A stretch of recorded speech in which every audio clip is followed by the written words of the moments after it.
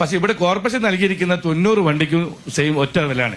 അതായത് ചായ കച്ചവടം ചെയ്യുന്നവർക്കും ഐസ്ക്രീം കച്ചവടം ചെയ്യുന്നവർക്കും കടല വിൽക്കുന്ന ആൾക്കും ഒറ്റ വിലയാണ്.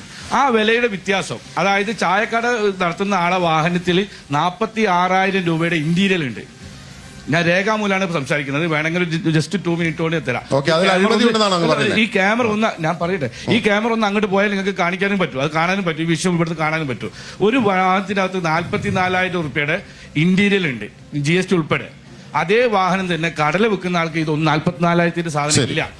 ആ പൈസയിൽ 70 വാഹനത്തിന് അത്തരം പൈസ ഈടാക്കിയിട്ടുണ്ട്. 3 ലക്ഷം രൂപയാണ് ഈടാക്കിയത്. ആ പൈസ ആർക്കാണ് നൽകിയിരിക്കുന്നത്, അല്ല ആരാണ് വാങ്ങിയിരിക്കുന്നത്, അതൊന്നും സമർപ്പിച്ചു.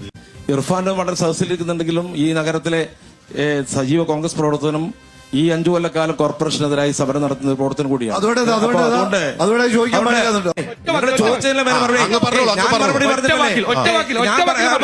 ഞാൻ നിങ്ങളെ കൂടെ സോഷ്യൽ സമരത്തിൽ പങ്കെടുത്തവനാണ്.